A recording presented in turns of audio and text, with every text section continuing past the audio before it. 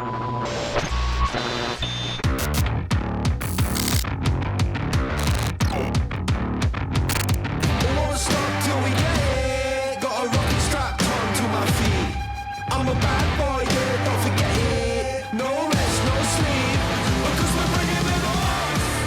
and welcome to Interactive Distractions, episode number 483. My name is Christopher Keel and I'm here with Travis Baum. Hello. Jason A. Stryker. Hey, how are you? And Jeff Chorney. What up, everyone? We kind of missed last week. There were some scheduling issues and it just didn't work out. Oh, man. Everything happened and then nothing happened and I got shit mixed up and then everything just went to hell.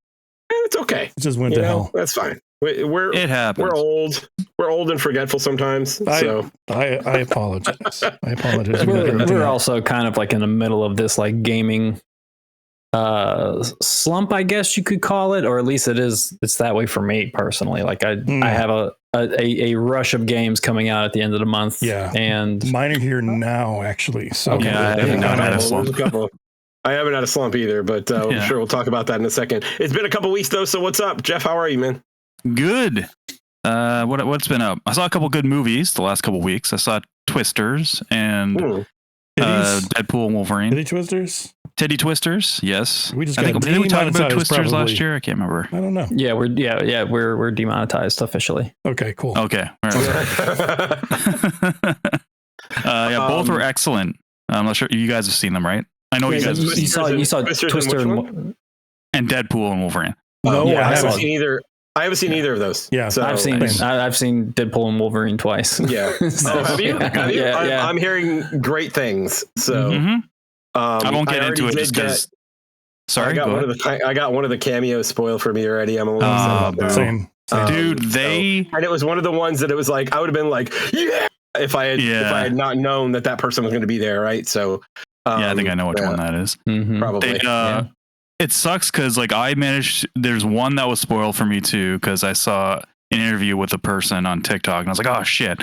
And then I didn't see any, and we saw it on Sunday last week, and literally the next day it was like the floodgates open with the cast spoiling shit, like tweeting shit about stuff and everything. And I was like, oh, I am glad I went on Sunday because everything would have been spoiled for me if I would. You got about a week. For Marvel movies, you got about a week, and then it's fair game and stuff like that. And funny enough, like Marvel spoiled the best cameo of the entire movie, in my opinion. Like they in the trailer. They put the X-23 in the trailer, so it's that would have been amazing. That would have been amazing.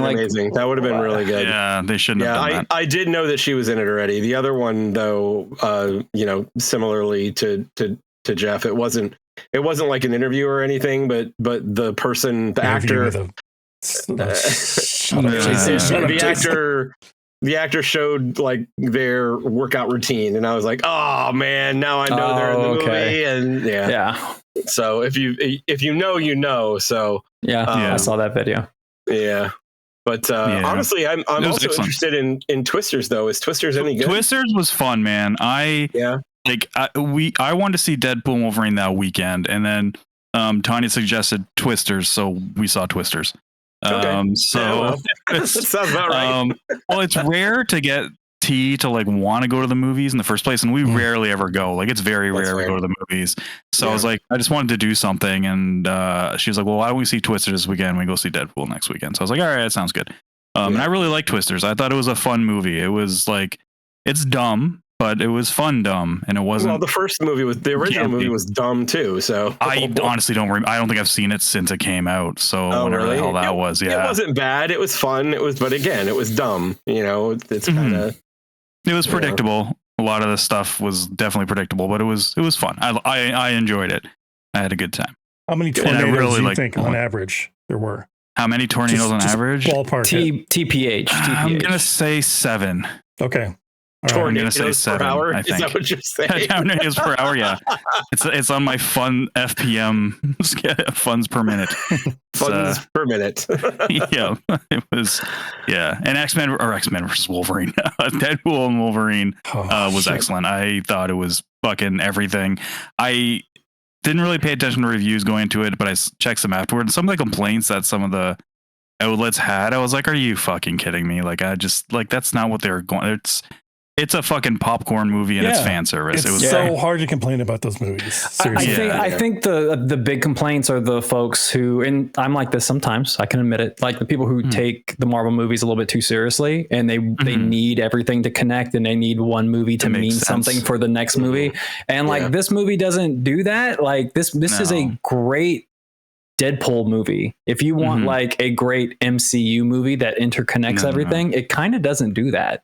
I'm fine with that. I'm fine, and it's fine with that. So like, it still kind of leaves like a gaping hole in a question as like, what is Marvel trying to do with the multiverse? Like, I feel like every director has their own version and vision of it that attacks the multiverse, and this movie doesn't offer anything like that, any solace or anything. But from a Deadpool standpoint and a fun comic book movie, it's one of the best. It's so funny in a long time. It's hilarious. It's great. I saw it twice in the theater, and I also saw it on a bootleg. So I've technically seen it 3 times, but I only count the 2 times that were legal. Nice. And other than that, sorry, go ahead. Believe it or not, like Lisa's a fan of Deadpool, and she's not a fan of movies that have gore or too much. That's like Tanya.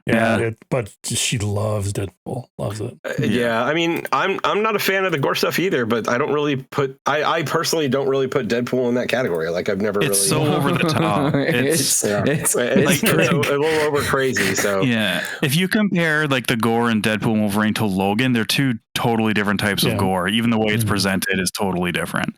It's one's comedic gore, I guess. I don't know. It's artistic. It's definitely not a. Yeah, it's not going for realism. It's not visceral or anything. Yeah. For the not I had a root canal today. That fucking sucked. Oh no! Shit. So good on you. You're on the podcast. That's impressive. I didn't think I was gonna make it. Like last week, I went for my consultation. And they said if it was really bad, they would have been able to do it then. But I was like, it's not too bad. I'll tough it out, whatever. Because I've had this pain for a while. And it goes back to they're saying it was kind of shoddy dental work that I got years and years and years ago that wasn't done properly. So that's what kind of led to this. So whatever, I'm just going to hopefully it's fixed this time. Whatever.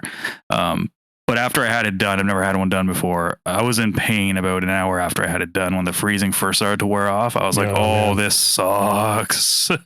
Just pop some Advil, put on Scott Pilgrim, and nice. and ended up having like a 3-hour nap. Comfort movie. I just threw it. I went on Netflix and it was like, I can't even concentrate on what to pick right now. I'm going to throw on whatever like the first comedy type movie I see. And it was that one. I'm like, I haven't seen this in years, so I'll throw it on. I think I got through the first like 20 minutes. I love it. It's great.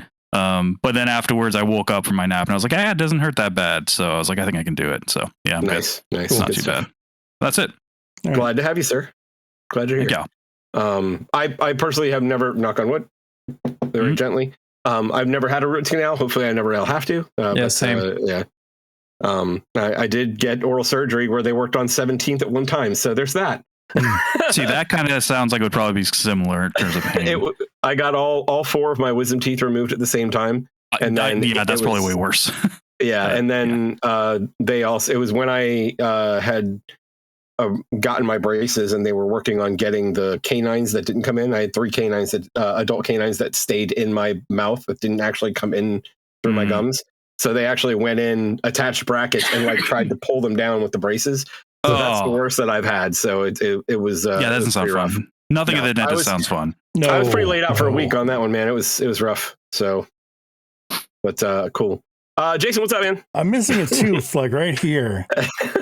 That's intentional. They pulled it a long time ago, and I will never ever forget that experience. It was rough. It literally was like she took like a wrench type thing, pliers, foot on your chest, fucking just yanking on this thing, and I'm like, Oh God! My jaw's not supposed to come with it. Yeah. That was fatality. That was no fun. But otherwise, things are good. Things are pretty good. Yeah. Nice. The stuff with the foot is really good, actually. So, like, I'm able to walk now without a cane, without a walker. I'm just very unstable. So if you get me on like uneven land, like a lawn or something like that, I tend to fall over. But if it's just like walking down the hallway or even steps, I'm okay with. Nice. That's fine. But yeah, make it a little uneven and a little squishy. And I almost went head first into my fucking TV earlier today. Ooh, don't do that. Because I stood up and I'm like, because the left foot is still a little floppy, so it doesn't have as much strength, and it just buckled, and I just went boom, and then put my hand against the TV and said, "Please don't break." I love you. Swear a sign saying I'm not drunk. I swear. Yeah, seriously, I look like I'm drunk. Like when I'm picking up my son from the bus stop, I'm like, I'm that drunk dad who's day drinking. I'm like stumbling on the lawn and shit. And how's it going, my boy? Go inside. Whoa, shit. Let's watch some horror movies. Why don't you pick up your old man off the ground here? Son, you're driving. Get in the driver's. Second grade. Let's go. Yep. Otherwise, things are good. How about Travis? How you doing, buddy? Hey, I've actually been away for quite some time. I think I have to dig back almost a month because I was out for a couple of weeks, and then we didn't record last week. So yeah, I was busy with anniversaries and birthdays all in the same week, and so I just decided to kind of let's back away from podcast life and just focus on that for a little bit. And then we had a little bit of a longer stay. We've been doing a lot of birthday parties. I think everybody's birthday is last month and this month. So we had another one last night. We had 2 the week before, also adding to the busyness of our schedule. Mm-hmm. We went from super introverted during COVID to now suddenly doing everything and anything under the moon. And how the batteries doing, the social batteries? They are recharged now, but we had like I said, we had 2 weeks where it was Melissa's birthday, our anniversary. We had an all-day Disney day. We had 2 birthday parties, and then a birthday party 2 nights ago. It's nice being busy. It's nice being social.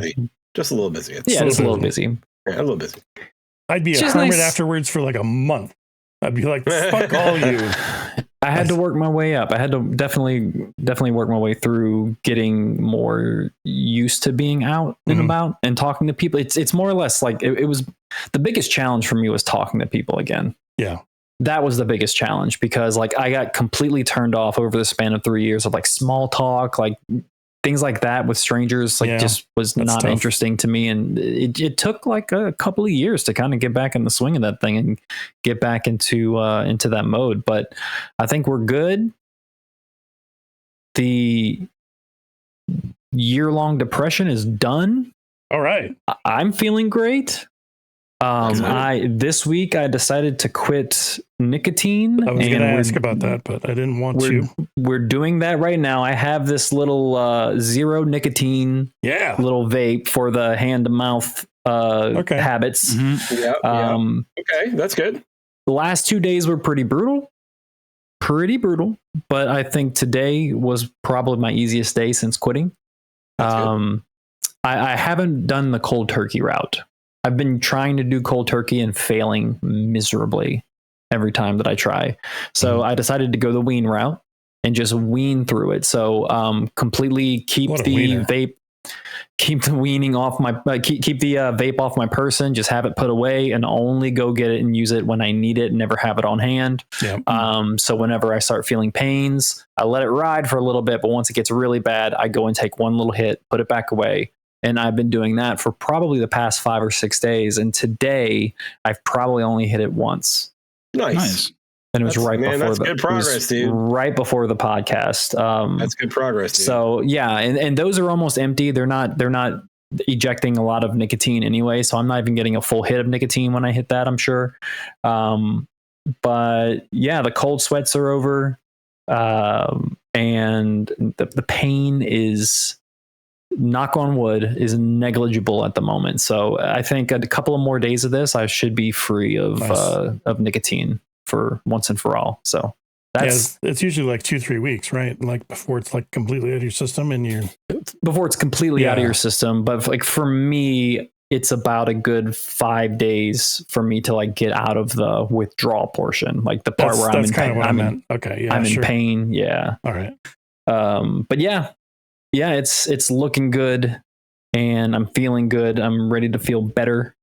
I'm trying to make all these decisions to make life, just make life happier, better. Mm-hmm.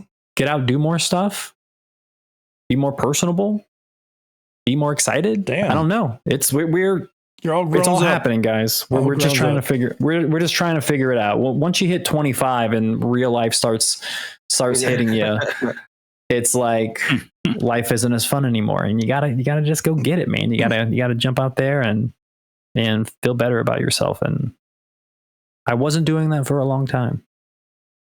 Sometimes it's hard. I wasn't doing it for a long time, so now it's time to put myself first. Good. And yeah, Nice. I have to follow suit someday. We'll get there. I think you will. All right, excellent. Chris. Cool. Shit. Let's see. So like Jason, my kids started school this week, so it's been a rough week. But this past weekend, got to go to Indianapolis with the wife, and went to Gen Con. So that was a lot of fun. For those that don't know, Gen Con is a big tabletop gaming convention. I'm not going to go into too much detail about the things that we saw. Shit most gets of them wild there. Like, those nerds know how to party. Let me tell you, it was the like, what happens at Gen Con? Gen Con stays at Gen Con. Yeah, they know how to do with dice. Yep. I have never been to a convention where you roll up like on the convention center. It's D20s. Yeah, exactly. That's fine. Sorry. I've never been to a convention where you go up to the convention center. It's like, I'm here. Am I talking or are you talking? I hear you, Shut the fuck up, Jeff. Jesus. I started it. It's my fault. Yeah, fuck you too, Jason. Yep. No, we got to the convention and there was a sign outside of the front door to the convention center that said sold out. And I don't think I've ever seen that at a convention before. And like, it was wall to wall people. It was nuts. But not going to go into a lot of detail about some of the stuff that we went there, but there's two games that I wanted to pick out because they're both based on video games. So there's a Shovel Knight board game. Mm-hmm. And it's interesting because the way they do it, it's they actually were able to recreate a side-scrolling video game in a board game. So you actually like the board is continuously moving forward. Mm-hmm. So you have to make sure you're advancing your character through the stage. Yeah. And it's a dungeon. There's treasure, loot to pick up. There's spikes to jump. There's enemies to fight. So that was really cool. And then I got to see, this one's not out yet. The pre-orders go up on it this month. But God, I'm trying to remember the name of the Modifius is the name of the company, and they're making a Mass Effect board game. And my concern with games like this is that they're like, it's the sex scenes, right? Like, how do you? No, yeah, that's absolutely my concern. No, like how many die do I have to roll for me to bone down on this space broad? There's like 8 D6s inside the box, but my concern about games like that is an overabundance of components. Like, I don't want to sit down and play a game that takes an hour to play, but takes an hour and a half to set up, and that happens a lot lately. This one didn't have that. I watched a group demoing it, and while they're playing it, instantly got Mass Effect vibes. Like, it was really, really cool to see how they were able to translate some of the different abilities that the characters have. Like, and it's Mass Effect proper, not Andromeda. So they were playing as Taki, Liara, Garrus, and I can't remember who the fourth. Tali. Sorry, Tali. And I can't remember who the fourth character they were playing was, but it said that there's it's a campaign, a set of missions that's a campaign, and they have loyalty missions wrapped into the whole thing too. So really interested in that. I'm probably going to pre-order that, but I did come home with Shovel Knight because that looked like a lot of fun. And I'm not going to go into detail about this, but they somehow recreated Mario Kart as a board game, and it's called Dungeon Kart. And it actually is pretty interesting. I had to sit down and demo it, but it was between that and Shovel Knight. I couldn't get both, so it was all Shovel Knight. So, but yeah, it was a good time. And you know, I don't know if we're gonna go next year. Probably take a year off because we went last year and this year. So probably take a year off and try something else. But it was fun. Yeah. Did you guys socialize? Like hit any of the parties or anything like that? Like y'all do any? We don't do any of that. You should have got down. So last year we hung out with some friends that we knew that were there.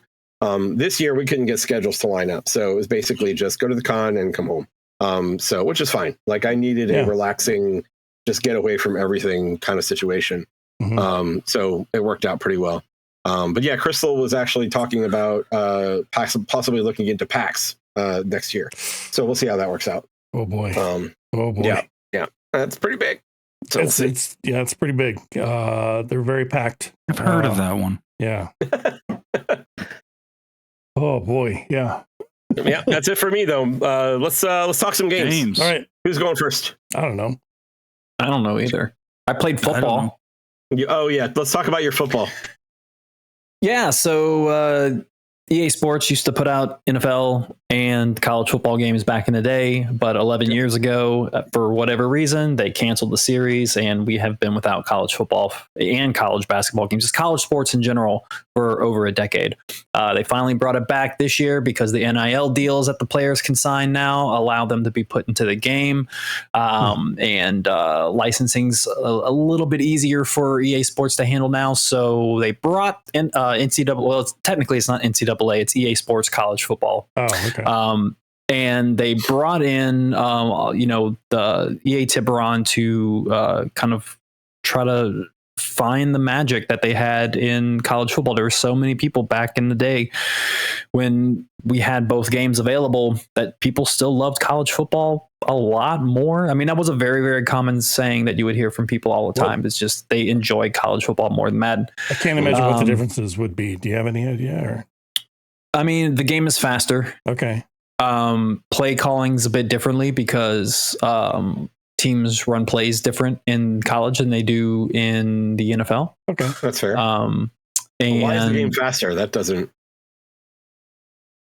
I don't understand, because in real life you always hear that in the NFL players are faster than they are in college, but they make the game faster. And it's so I can see them cutting some fluff around menus and timers and stuff like that. I guess, but it's menu heavy, man. It's a pretty menu heavy game, and that's kind of where I find myself being turned off by it.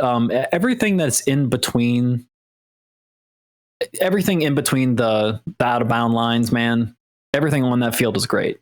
They really put together a solid football game here. I haven't played a Madden in a couple of years. I tend to drop off a year just so I can have some when I finally play it. It seems like an upgrade.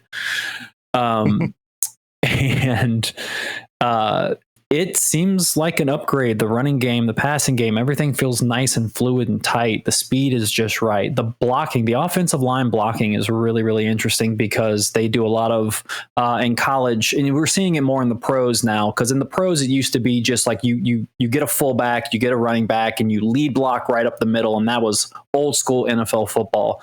Well, now NFL football is more about zone reads and kind of taking your time to run through the hole, and they allow for the front line and the other halfbacks and everything to block in a way that seems so realistic to how they block in real life with these new zone reads.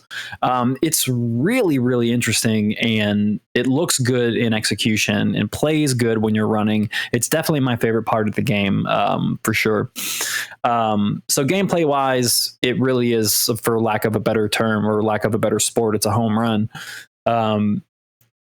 But when I play, a little caveat, when I play college sports games, I always play the mode where it's kind of like the superstar mode, where you are this one player and you only play your one position. If defense is on the field, you're on the sideline. I like playing those modes. It's kind of like a role playing mode where like you're living the life of a student athlete.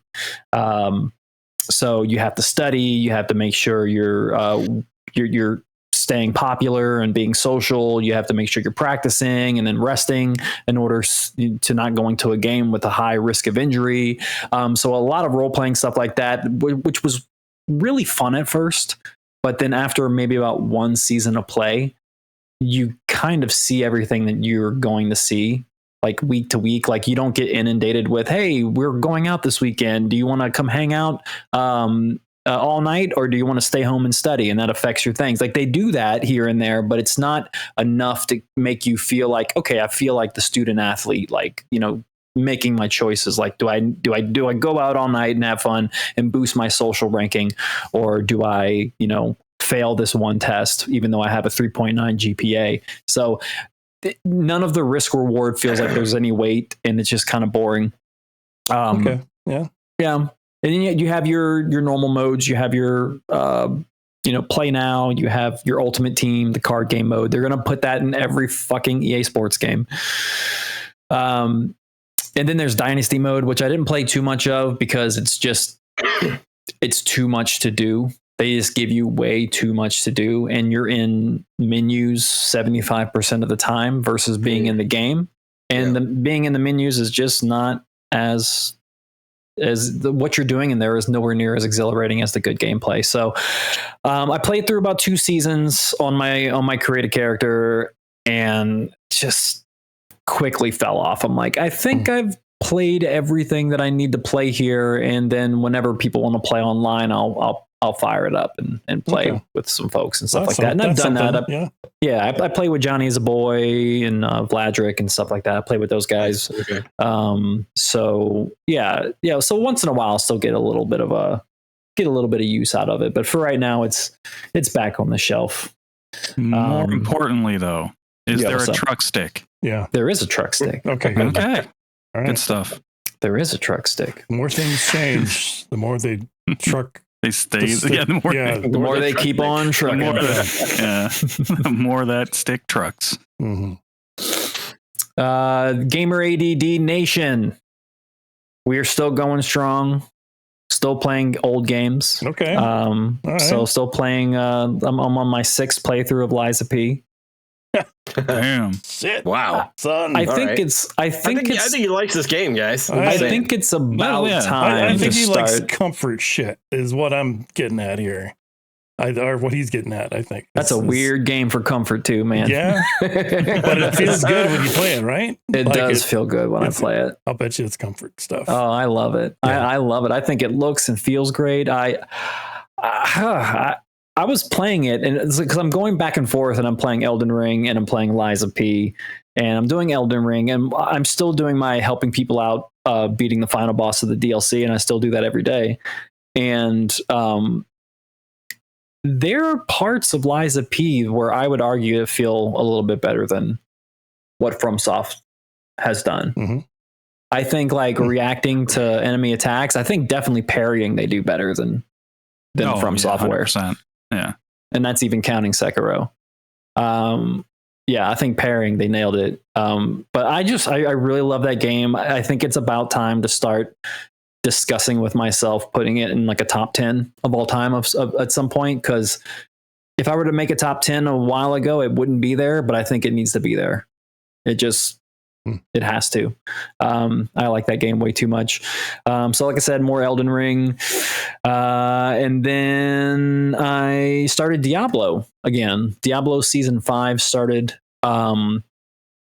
And it's pretty good so far. I'm in the early days of leveling up the character to 100, so I'm still doing a lot of what I've been doing in past seasons when new season started up. So just getting the character leveled up and getting ready to start farming my gear and getting my build ready.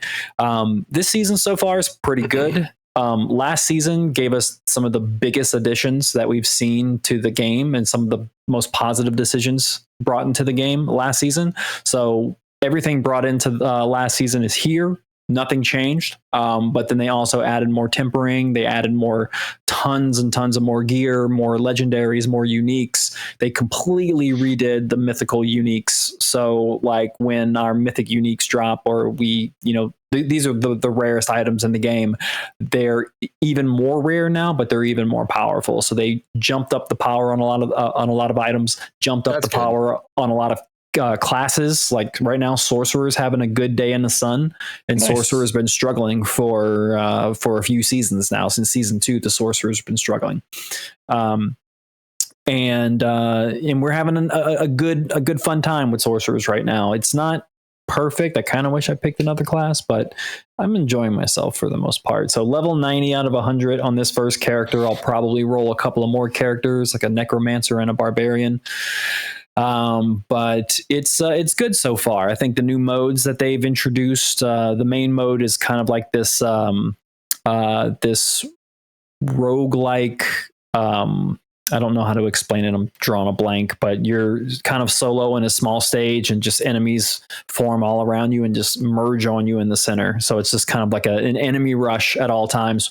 And then you basically doing 6 waves of this madness.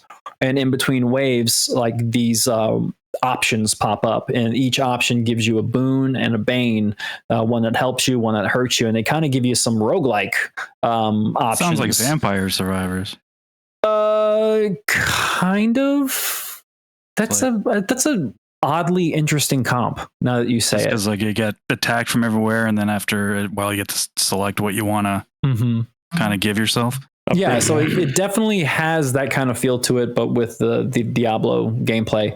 And I like this new mode, and you definitely get a ton of rewards out of it. A ton of XP, ton of rewards, ton of movement for your seasonal quest line. I'm liking what they're doing so far. Like in a game like this, and these live service games, you don't ever want to feel like, okay, well, what's next? What do I do next? Like Diablo's in a good place where I'm never saying that. I know exactly what I need to do, and I like what I have to do to get those things. So I think Diablo 4 is in a really, really good place right now. I think it's in the best place it's been since launch. And it's probably the main thing I'm going to play until Wukong. Wukong. Yeah, Yes. Wukong. Well, Wukong's first. Yeah, Wukong's first. Yeah, probably Wukong. Yeah, Wukong. I can't wait for the expansion. That's what I'm waiting for Diablo. For Diablo? Yeah. So the question I have is, you said that you're level 90. Is it does your seasonal character level faster than the campaign character does? That's one of the things that they buffed up. So you level up mightily fast now. It's still, once you hit level 70, like 70 to 100, still a little more of a slog, but it's nowhere near as bad as it used to be. Like I haven't even been playing that much. I just remember how long it took you to get to level 100 when you played through the campaign when we were all playing it. Like, yeah, it was a lot. That was a lot. Like, that seems like forever ago now. They like boosted a month or something like that to get there. They booted XP gains exponentially, so it's really good now. But just for seasonal or for both? It's for both as well. It's for both. Yeah. Okay. All right. Cool. Nice. Very cool. But that's pretty much all I have been playing, boys. Who's next? I'll go. Hey. Yeah, hey. I had to hit up Twitter to beg for a code because I didn't get it. I saw that. Yeah, that's for 2XKO. That's a Riot's fighter that's been in the works for years now. I don't know if you guys remember the not ill-fated, but torn from us too early game called Rising Thunder. Which is a bunch of robots get together. Yeah, I do remember that. Maximilian was he part or something to do with that? I don't think he had anything to do with that. It was like officially. It was the Cannons for the most part. The Tom and Tony Cannon who invented GGPO essentially. Kind of worked on that game along with some notable people in the fighting game community. Regardless, once upon a time that game was out in kind of like an alpha beta. It got pulled down because that team got acquired by Riot to make a fighting game. Like I said, that was years ago. We're now finally seeing the kind of some of the fruit from that in the form of like an alpha. So like it's in people's hands finally, as opposed to just like being at Summer Games Fest or Evo or something like that. So a bunch of people got invites. Regardless, it's a tag team fighter 2-on-2. It's very, very simplified, much like Rising Thunder, which its hook was no special move motions. Like you didn't have to do a fireball motion; you would just hit forward in special attack or something like that, or back or down in special attack or something. So it took the execution of special moves out of the equation, but it's still execution heavy in it, as far as you want to do, like timing. Like specific combos or things like that. Like I saw Sonic Fox post a touch of death combo earlier today. Like he was only in the game for hours, but he found a touch of death combo. Regardless, it looks hard as hell to do.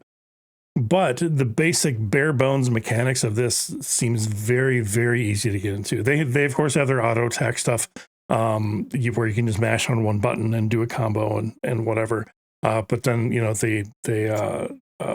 everything else seems pretty easy to kind of grasp and get into.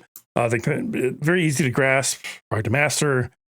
Something that's hard to do, but I think they've done a really good job of doing that so far, from what I've played. So I saw them demoing it at Evo. I thought it was a Guilty Gear game at first. I didn't know what the hell it was. Yeah, so Riot comes with a lot of money behind them, so they can hire really good artists, and this game looks fucking good. Does look really good. The animations are fucking sick. The style, the presentation, even the backgrounds are pretty well done. So I have a lot of, I don't know. I mean, I'm really hoping this game takes off. So, because it's really hitting with me. But nice.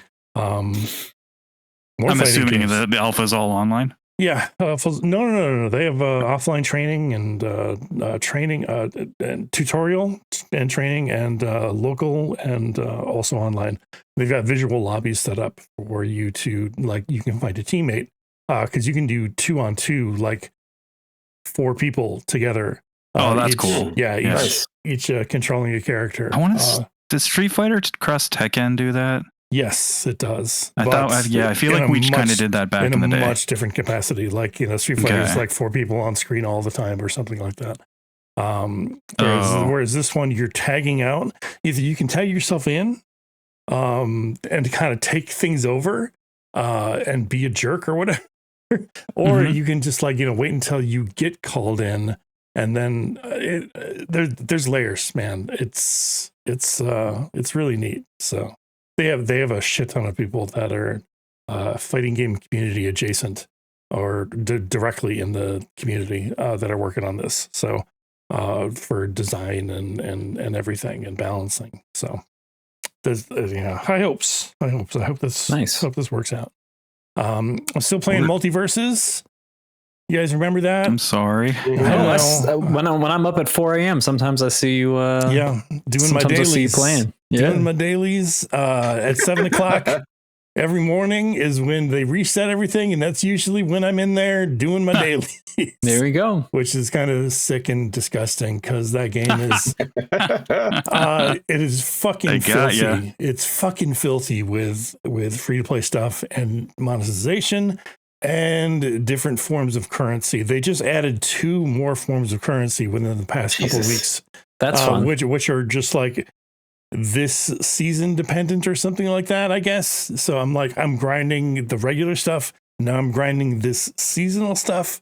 I don't know. Don't do it, Jason. I love it though. Games are not supposed to be a job. but as long as he's liking it, then that's fine. The thing. Is I'm enjoying it. Like I like. Yeah, I don't disagree there. If you're enjoying it, then absolutely. I like the characters. He's aware. Yeah. He's aware of the shittiness of it. He just likes doing it. I just wish that stuff wasn't so shitty, because then I would I'd be screaming about this game. So because it is a lot of fun, and it's slow enough for an old man like me to parse. Granted, that's what a lot of people complain about. It's like the speed of the game, because it's not as fast as Smash or whatever. But this allows for more like defensive and like almost footsie style gameplay. It's at Evo. It's a bunch of 40-something-year-olds in the tournament. That'd be awesome.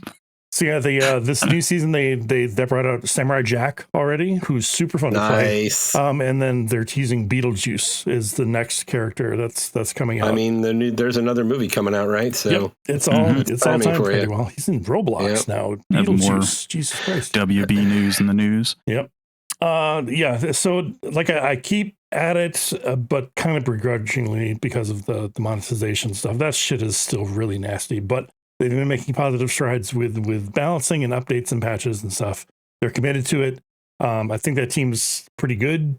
I think they're trying as hard as they can, but they've got WB down their necks or down the back of their necks. So for sure. Yeah. What the fuck else did I play?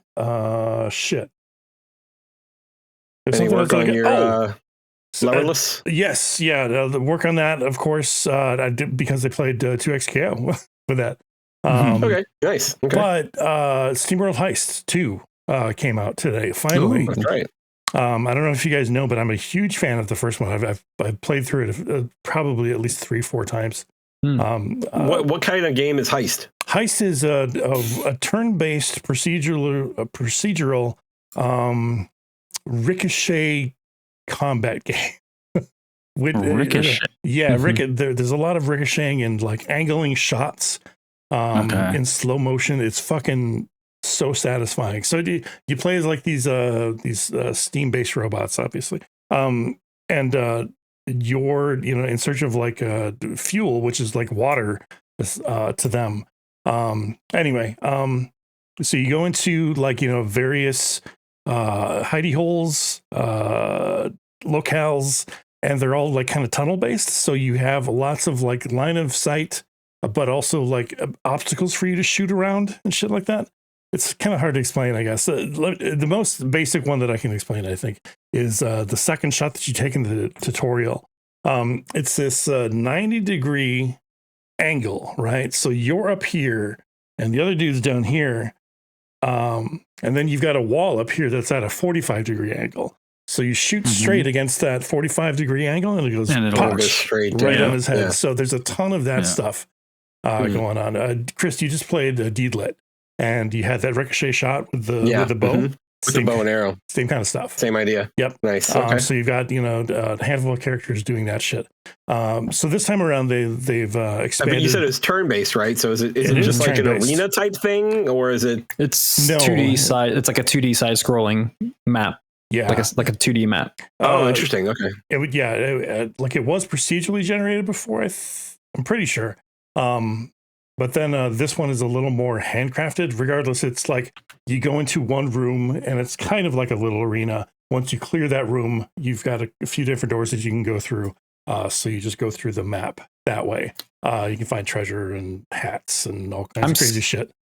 I'm skimming through the first 90 minutes right now on YouTube, and this looks like it's right up my alley. Dude, it's really good. I love the first one. This one seems to be like even better, maybe. I don't know. We'll soon find out, but I like it a lot. Is this out yet, or is it releasing soon? Just came out today. It's out. Just came out today. Oh, yeah, and it's kind of cheap too. It's like $30. Is it just PC right now? No, it's console. It's console as well. Okay. Yeah, Steam has it for 10% off right now, so it's $27. Yeah, pretty cool. Yeah, the Steam World. If I think that's what it was. Steam World. Is it Steam World Dig? That's the first one of them. Yeah, Dig 2, yeah. I think I played Steam World Dig 2. That's like the only real that's my only experience with that franchise. But the franchise has been super hit or miss. I think. I think the one before that they brought up before this was like a turn-based RPG with like a card-based element or something. Shit, they keep jumping genres, which is kind of interesting. So this is one of the first ones that they've like circled back to and have a proper sequel. Wow! So the Quest the first Steam World Heist game came out in 2015. So this has actually been a long time coming. Yeah, and they've had problems with their development house, layoffs and shit. So we were not expecting another Steam World Heist game to come out, but here it is, and it's good. Dude, like all sounds interesting. On Steam, all of them are on sale. It's such a fucking crazy, satisfactory thing to just like hit a shot that like ricochets off two different things, and hits somebody not necessarily in the head, but it knocks their hat off, so that you can go and collect that hat afterwards. That's some of the collectibles in the game. It's stupid shit like that. that you try so hard to fucking nail that shot and it works. And it's like, hell yeah. It looks like there's like action sequences with a sub too. Oh, really? Yeah, there's I know there's like open world stuff with the sub, but I don't know about okay action sequences. But yeah, it looks really interesting. I love the style of this franchise. Like, mine really too. Cool. Mm-hmm. Yeah, I'm a big fan. The gameplay looks fun. Actually, SteamWorld Dig 2, the one step into this franchise I had, played it on Stadia. that was it was part of they had it included in Stadia Pro, and it was one of the few games that I actually played and beat on Stadia. All right, who's next? I'm cutting Jeff, myself off. Okay. I finished up Kunitsugami. Yeah, the Goddess. Nice. Yeah. That's going to be right up my game of the year list come the end of the year. Really? Yeah, I think right now it's probably not including Erdtree because DLC. Yeah. I don't know if I'd put it above Stellar Blade just yet, but it's right up there with it. I ended up loving that fucking game. The first, like, it's not a tower defense. It's really not. It's like that's an element, right? Though it depends what you consider tower defense. Like if you consider, like, I always looked at tower defense as you set up your units and you basically hit go and you watch it play out, and then you kind of have to maintain those units where they are and hopefully it doesn't collapse. You don't do that. Like, you're moving your units. You can plant them in a spot if you want to and have them stay there, but you can move them whenever you want. You can move them as like a group. So when shit's hitting the fan, like that's the thing. Whenever I've tried those type of games in the past, I feel like once the tide turns and I feel like I'm losing, I can never get the upper hand again in that level. I'm like, well, I just fucking wasted I don't know, like 15 minutes, 10 minutes, like setting up shop. And then it's all come crash down and do that all over again. But you can make adjustments on the fly, whether moving units, changing roles of your units, or just you yourself going and fucking kicking names and taking ass yourself, you know? I love taking ass. Yeah, exactly. But no, by the end of it, like, I thought it was really easy at the beginning. The first half of the game is actually, I would say, too easy, and I was like, okay, this is probably why I'm liking it. But it's kind of ramps up, and some of the bosses, I was like, fuck, this is really hard. Like a wake up call. Kinda, yeah. And I kind of thought, crap, do I have to grind now? I really don't like grinding in games. But then I would just, like, after like banging my head against the wall, trying to do like a similar strategy every time, I would just totally change my strategy. Like, you know what? Fuck it. I'm gonna put riflemen and just riflemen against this boss. I'm gonna place them in areas where they can't all get hit at once, and then I'm just gonna go ham on it. And once it kind of gets stunned, and I did that and fucking whooped its ass. Like, the next try, like, it didn't even come close to beating me. So it does, like, get you to kind of instinctually make adjustments without having to grind. There is grinding in it if you want to level up your guys. Like, that's with every game basically with upgrades. So can't knock it for that. There is some. But I thoroughly enjoyed it. By the end, you have some really cool units. You have some cool powers yourself and cool abilities. And the loop is just really addictive. Just, you clear out the level the first time when you rescue all the villagers, then you go and upgrade your base real quick, which is just you just walk around. It's a couple button. It's really kind of superficial. You're not really doing anything like strategic there. Then you go in and you do the level again to open up shit you missed. Then you fight a boss, and it's just like you just rinse and repeat through the levels. And I started the New Game Plus right away. I stopped after a few levels, and like, if I don't stop, I'm just gonna keep going. But yeah, you guys, especially, I think Chris would really like it. I'll give it a shot this week. I did download it already. Yeah, so it's I'll give it a shot this week. And if you guys, like, I don't know, just don't, if you think you might give it a shot, if it's not just tower defense, try it, because it's very much more, I'd say it's more of it's an RTS, but more of an action RTS. It's really hard to explain. That's why I think it stood out so well to me, and like stood out and actually I like it, because it's not one of those. For all intents and purposes, I should hate this game. You said RTS, you said no, that's tower same defense. Here. It's like, yep, I should not like this game, so I'll give it a shot and see what happens. Oh, I thought you did like RTS, so maybe. No, I'm not. But I don't honestly like RTS either. But the this only seems like a RTS game that I've like ever working, liked was working, Herzog's Vi back on the Genesis. But this seems like a game that Working Designs would have picked up back in the day. Just because that sounds right. Yeah, probably. Yeah. Just because they really wanted for to those see. that don't know, I had a very big addiction to Working Designs. Yeah, back to in the Working day, Designs, yes. I- This would I have got a actually cool foil own- cover. Yeah, I actually own every game they ever put out, so it's including the TurboGrafx one. So, but yeah, I'll definitely check it out this week. Yeah, it's pretty cool. I looking forward to see if what your thoughts of it are, because I didn't expect to, like we talked about it last week, how I downloaded and deleted it like 3 times before even playing it, and now it's right at the top of my game of the year list, like right up there. But it's about a 3 downloader, nice. you know. It's a 3 downloader. Yeah, I know that life. Yeah, yeah. Same. Yeah, exactly. What else? Oh, I started Dungeons of Hinterberg. Yeah. Okay. I like it so far. It's pretty much it's kind of different, what you explained. right? Yeah, I really like the dungeons. I think the dungeons are a lot of fun, especially the ice ones. It's all mostly puzzles, so yes. I like that about it.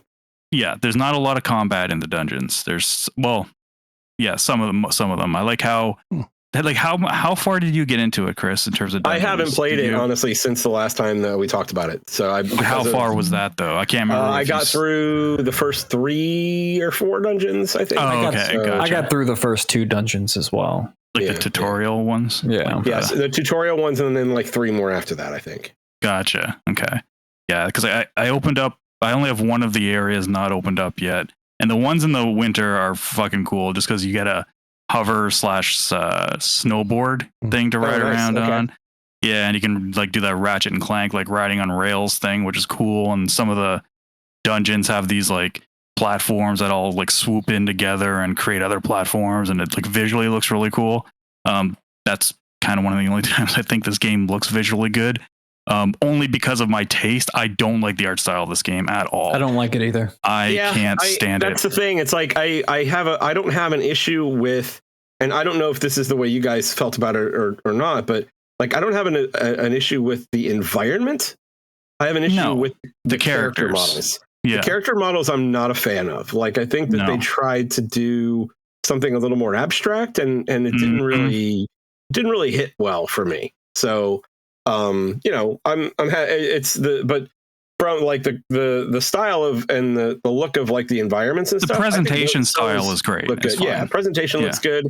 Visually, like the actual atmosphere is nice, but the characters, I'm not a big fan of their style. The main character, Louise, she is just not an attractive character to play as for me. Not in terms of looks. I'm not like, oh god, she's like ugly. Just her jacket thing, they make her forearms look ridiculously big, and then her like biceps now look so skinny, and then her leg like stick legs, and then she's got a big bulky jacket. It's just, I don't know, it just looks weird, and their faces look all weird. It's a straight up character design issue. Yes, that's where the issue is with me. It's not a I wanted to play as a sexy chick, right? No, it's no, not at all issue. Yeah, and I agree with you. The jacket is unusual. I was really hoping that some of it would be alleviated by changing armor. Yeah, it doesn't. Different armor, and it doesn't change the armor. Like your sword changes. The sword changes, but her armor doesn't change. It doesn't ever change. So she's always wearing that big bulky jacket with that giant backpack. And I don't mind the backpack. I think the backpack is actually, I think that actually is a good thing for the game, because it's like, if you were going to go on that type of adventure, you would absolutely have a backpack or something, right? And like the way that the sword hilt is attached to the backpack, like I think that all works really well. I think more than anything, it's just the jacket. Like I don't like her with that jacket on. It doesn't look right. It doesn't. So I don't know. Their faces look kind of weirdish, and like just kind of like, I'm gonna get crucified for this, but it's one of the main reasons I can't watch Studio Ghibli movies. I do not like the art style in those movies. That is wrong. I can't. I can't. Ladies and gentlemen, we are looking for a 4th member of our podcast. Please send your applications. I honestly, like, I need to go look at some other screenshot, because that's what it reminded me of when I was playing this. I'm like, it just kind of had that off-putting like look to the characters. And I'm like, that's Or I could just be thinking of Ni no Kuni. I don't know if it's just that or well, that's like still kind of the same thing. Like, Ni no Kuni is Studio Ghibli. Well, that's what I'm saying. So I don't know which characters I'm thinking of in my head. Two days ago at the birthday party, the bar that we ended up at, all of their drinks are named after famous movies, actors, directors, things like that. And I was going down, and they had the Miyazaki Negroni. Oh no, Negroni, the Miyazaki Negroni. Yeah. And I was like reading it, and I'm like, this sounds disgusting, but this is Miyazaki's drink, right. And I'm getting it, and that's what I got. I got it solely for Miyazaki. So yeah, Studio Ghibli's a shit. I know it's an unpopular opinion, but it's with the cartoon stuff. It just I don't know. It's easier for me to turn off what how it is harder to get into animation sometimes for me. I have to be forced into it. Like X-Men 97 was the first time I was just like, I'm in. Like usually for like Pixar movies, animation, I have to kind of be dragged into seeing those things. Oh, not and then, me. And then I'm happy. And then I'm happy I see them. Yeah. I love it. I just I love it too, but for me I can kind of see it similar to like because a cartoon is so like a lot of the thing that's going to lay an impression on you is the art style and what it looks like. It's so important for me to like that art style, or else I'm just going to be like, I don't know. But with Dungeons and Hindenburg, the gameplay is fun enough for me to it's stick to fun. it. Yeah, I just downloaded to try it, and I didn't expect to play it as much as I have so far. And I think I'm probably around halfway. I don't know. And it's got those cool Persona like social stuff you do in between the dungeons and stuff, which is kind of cool because it makes me think I might understand Persona more now because this is such a like a scaled back version of it. Now I'm like, fuck. If I go back and play Persona now, maybe I'll actually understand. Yeah, they're pretty good. Pretty good. Like I didn't Persona hate. Games are pretty good, you know. No, I liked the Persona games. I just never knew what the fuck I was doing and how it was structured. I was like, why do I only get to do this? And then it fast forward to time. Like I don't get it. And because I think it throws a lot of that at you at first, and it's so gradual. It's the same thing as Path to the Goddess. It's like if they threw those mechanics at me at the beginning, I wouldn't have given that game the time of day. But because they do such a good job of onboarding the player to it, I was like, back to that concept in just a moment. Yes, exactly. I'm pretty sure probably. I know that you and I are both going to the same place there.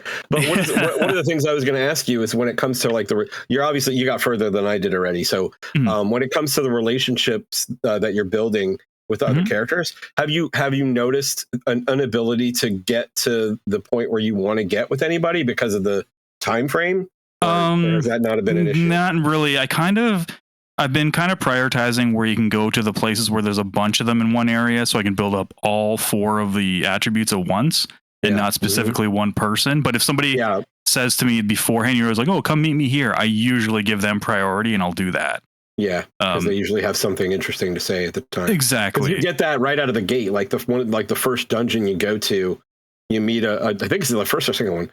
It's like, meet me at whatever, and I'll talk. We'll talk about this. You find the guy in the dungeon, and you help get him out, and So they give you that thing. Yeah, so I think you and I are kind of on the same track there because I did that, and then the first one I did where I didn't have someone specific to go see. I went to the campfire because there were 2 people there instead of 1, and it actually hit all the stats. Yeah, it'll tell you there what it'll give you and stuff, which is and helpful. It's good about that. I like that. It'll tell you it's going to hit all the stats, and you have to kind of understand that if it's going to hit all the stats, it's going to hit all the stats for less. You're not going to get like 40 points in one stat. You're going to get like 10 points in all of them. But it gives you kind of lays all that out before you do it. Yeah, it lets you know. Well, even when you choose it, it's not like make sure to be like, hey, you sure you want to like do this one first? So. But I like it. It's fun. It's the combat's it's serviceable. It's serviceable, right? It feels weird. It feels like an indie game. See, that even sounds like that's kind of that's kind of like a general statement. It's Ghibli. It's indie games. It's indie games. I hate indie games. I love Miyazaki. Yeah, no, it just feels like, you know, when you can just feel a game doesn't have a budget and the combat just feels like they did enough to make it work. Yeah, and I don't necessarily, I don't really have an issue with that for this game because neither do I. The game isn't specifically about the combat; it's about the dungeons, and the dungeons there is some combat in it, but the dungeons are more about the puzzles and actually understanding how to traverse and get through the dungeon. So you know, I'm okay with the combat. Like the combat is, as I said, as we both said, it's serviceable. It's serviceable. It's fine. It's not. It does its job. I've played worse. It's just coming off of all these like crazy good action games lately, and then you play this. It's kind of like it does feel off. Dodging feels cumbersome. Are there juggles? No, not yet. No. Yeah, we haven't found that relic yet. I haven't got that power yet, or if there is one. I highly doubt there is one. Okay. I really do highly doubt there is one. I doubt it. There's no way you're jugging in Zelda. You like Zelda, don't you? No, I don't. Not anymore. Oh. Now that you brought that up. Well, this is like an old school Zelda game, especially the dungeons. Now that you brought that up, I don't like Zelda anymore.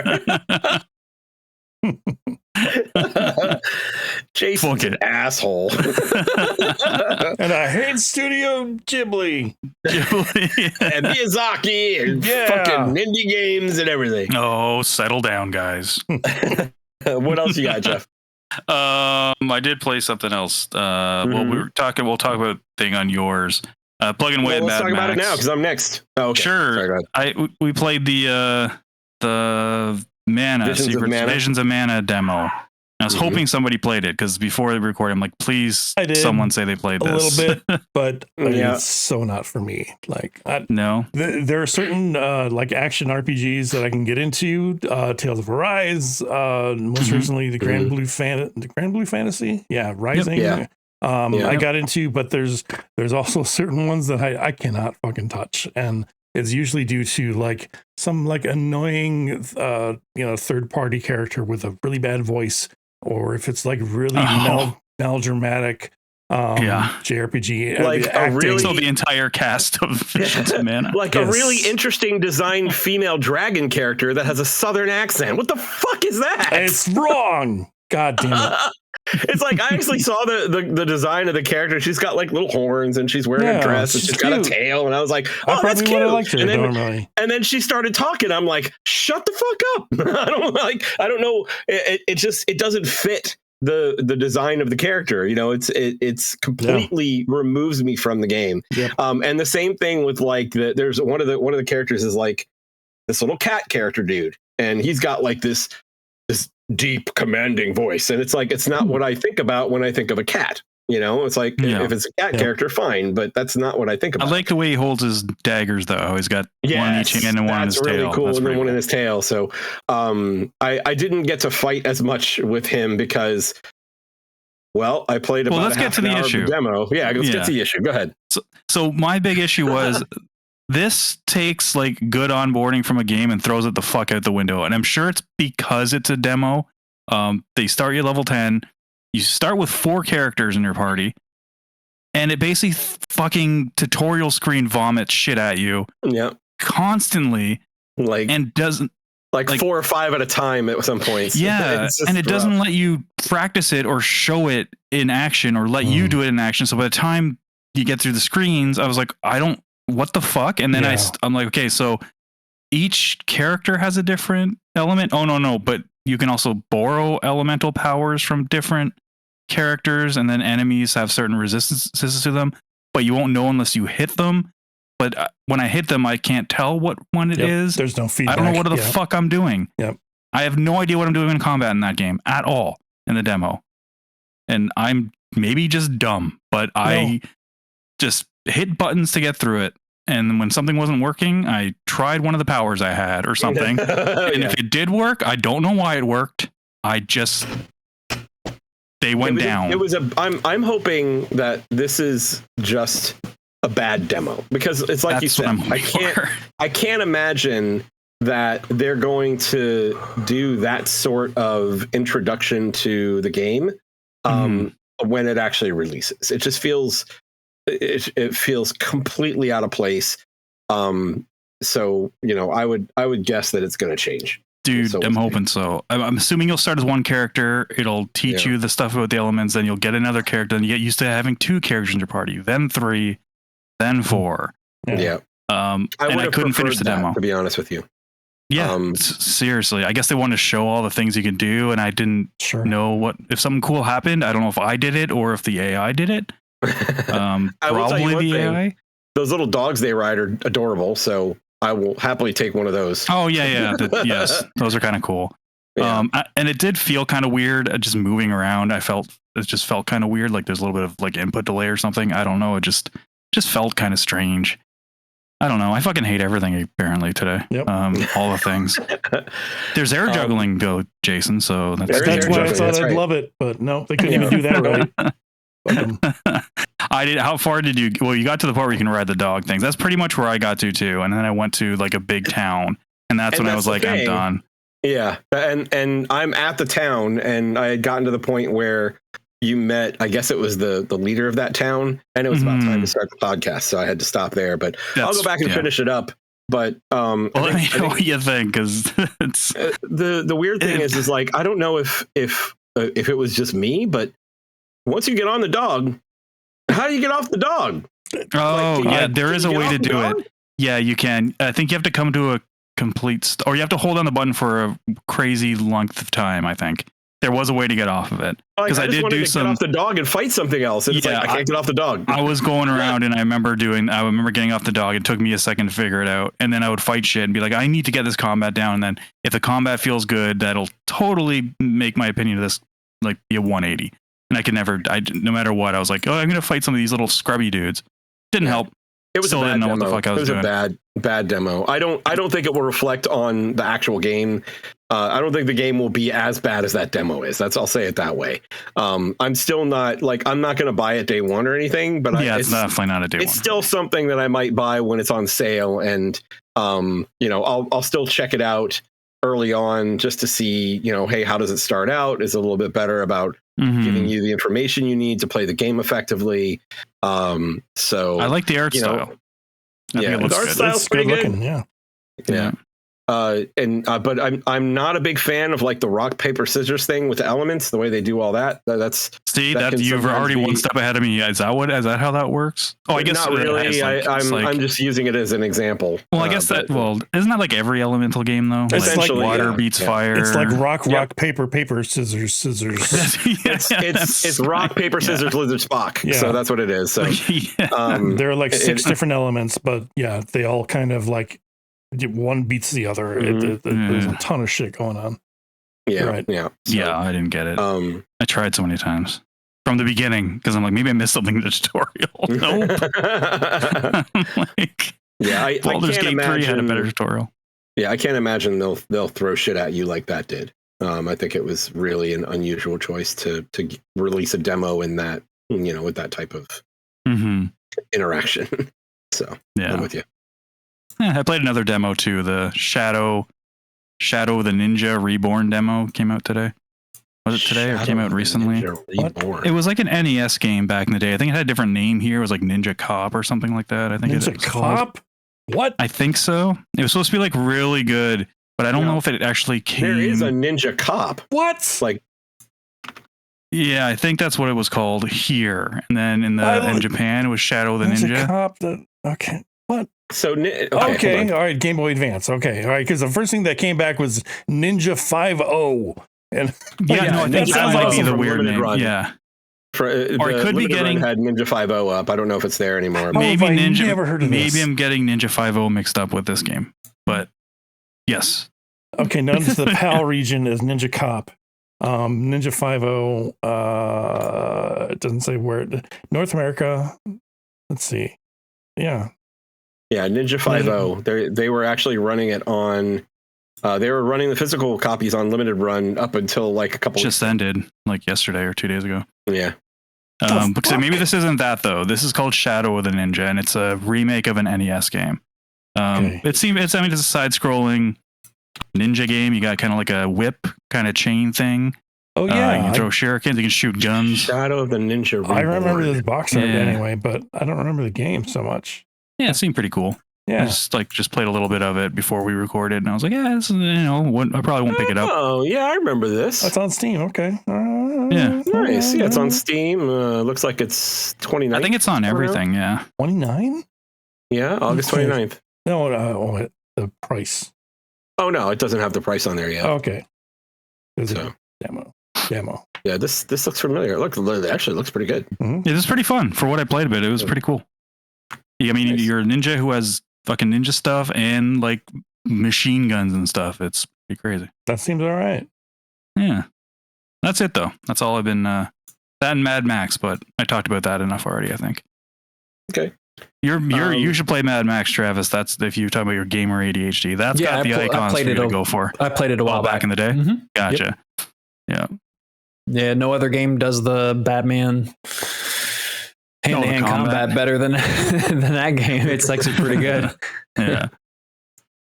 Chris, anything else besides Mana? Let's see. I played some more Elden Ring. I think I'm a little bit more than halfway through the DLC at this point. So I just finished up the Cerulean Coast and did my first finger ruins. So that was interesting. But are you doing the quest line with the finger ruins with the? Yeah, I'm trying to do all the quest lines. Gotcha. But yeah, really, still really enjoying that. Still plugging away.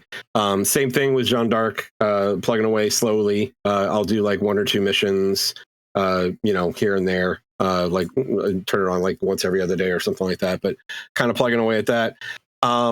The only thing that I have new on my list, which is not really new because I have mentioned once before, just didn't really get into it very much, is while we were in Indianapolis, I brought my Steam Deck with me and dug way deeper into Undertale. So I've started my second backlog game for the year. Doing what you said you were going to do. Don't be jealous. It's fine.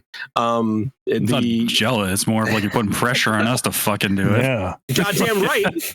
Like, take care of your responsibilities, bitch. Come on. We're already kind of halfway through the year, I guess. I know. Two of my games are like 80 hours long. So, hey, if it makes you feel any better, the one I beat was 100 hours. No, it doesn't make me feel better. It's it doesn't make you feel better. Hey, Jason, Undertale's a quick burn, man. Just pick it up and do it. But there's different paths and shit. Like you're gonna play it more than once, right? Probably. I probably will play it more than once. Yeah.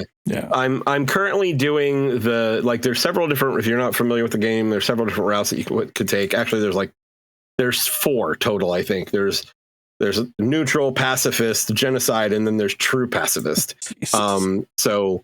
Right now, I'm just doing the pacifist route, so I haven't actually fought anybody. I'm just trying to figure out a way to get out of all the fights. That's cool. And talk your way out of it. Talk your way out of everything. You can also you can battle things, and then once they start to get whittled down on HP, they'll decide they don't want to battle anymore, and you can use mercy and just go that route. So I still have 0 experience points, and I'm like. Wow. Probably about 4 or 5 hours into the game. That's fun. But it's really interesting. My kids absolutely love this game. Mm-hmm. They talk about it all the time. We went to MomoCon and they got us all to dress up as these characters. So I think I talked about that at MomoCon time. But so I've started to kind of understand why these characters are so endearing to them and to other fans of the series I say series, but it's the universe, the game. To the universe, to Undertale and Deltarune. But enjoying that. I do plan to finish that up hopefully in the next week or so. I got while we were there, I got to trying to remember the name of the area, and I can't remember the name of it. So you start out in the ruins, and then there's another area, and then there's a waterfall area, and then there's a hot area, like a warm, like it's where everything is like considered to be warm, and I don't remember what it's called, but plugging away at that. It's fun, it's entertaining. I've had to run a couple of boss fights more than one time because I couldn't get it right without beating them. I do think I thought it was interesting that there was It actually breaks the fourth wall at one point, and I mean, I'm not. I think spoiler is out of the dude. It's This game's been out for like a decade. The statute of limitations is out. Statute of limitations over, right? Yeah. So, like the first real boss you face, when you try and get out of the fight, if you try and go the route where you do damage and then do mercy, the game will let you get them down to about 25% health, and then the next hit just kills them. So you do like significantly more damage on that last hit, and it just kills them.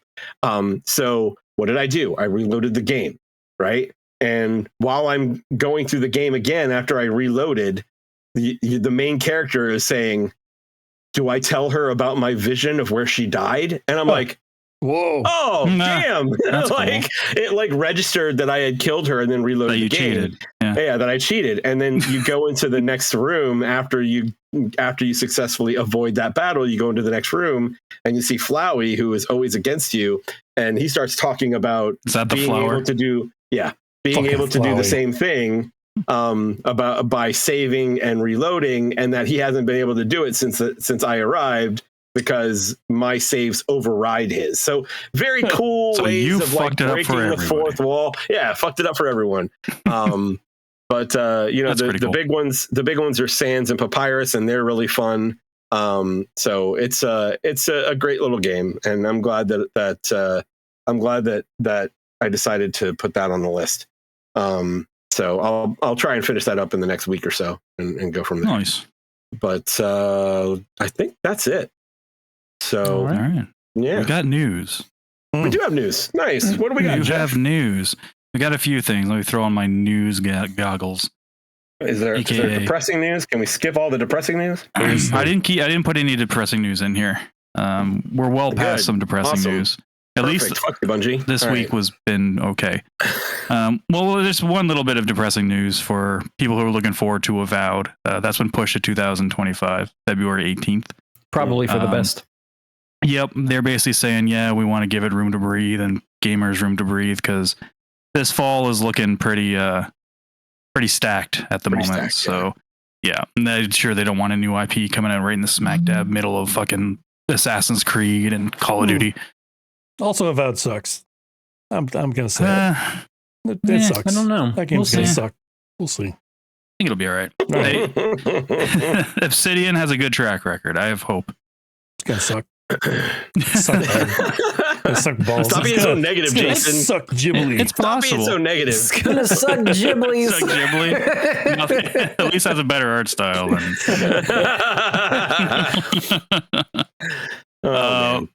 Warner Brothers has run into some little trouble, I guess, with their gaming division. As per always, this is a rumor that they're selling off their gaming division, but they're actually, before they do that, they're looking into licensing out their IPs instead to external developers, which I personally think that is a great idea. What about you guys? I think that is good. So it puts some of the onus, if there's a developer out there who's like, we really want to make a Batman game, put our spin on it, they can go ahead and do that now if they get the license for it. I'm okay with that. I'm on board with that. Yeah, absolutely. And I kind of wish Konami would do that shit. Could you please let someone make a good Castlevania game again? Like, come on. Or real. Yep. Or maybe license out Metal Gear to Kojima Studios. Yeah. Just saying. I mean, that might be a good idea. Shit. Might be a good idea. I just realized I wanted a Castlevania in the vein of Sonic Mania, where they had like fans do. That would be cool. That would be cool. Get the right people. Fuck yeah, that'd be awesome. Best Sonic game in fucking decades. Vampire Survivors, we mentioned that earlier today briefly. That's finally hitting the PS4 and PS5 on August 29th. Nice. Check that out. That game is addicting as hell, and it's the perfect podcast game. Play it while you're listening to us. It's probably more entertaining. You'll learn more. Vampire Survivors. This one I can't believe I fucking missed, because I could have sworn I watched the entire THQ digital showcase last week.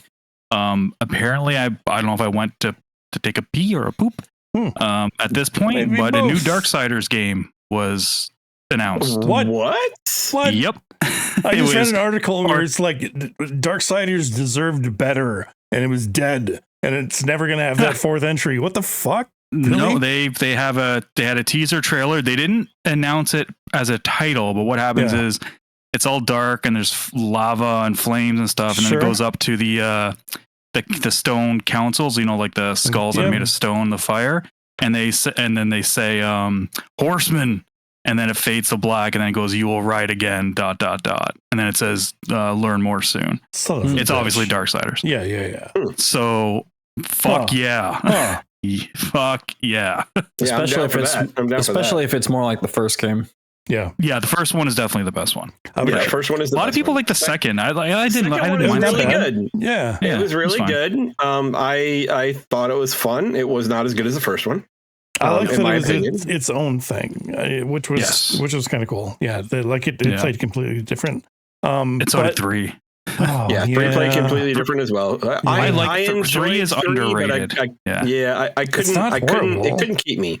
It couldn't keep me. It's a Souls-like. They went to go like a Souls-like route in early Souls-like days too. So I want to go back to that and be like, because Souls-like to say, but yeah. In my so I told you about that article I just read, and I got thinking, I'm like, maybe we're not going to see another Darksiders until that gets sold off, and it's going to be like PS6 or something like that, PS7.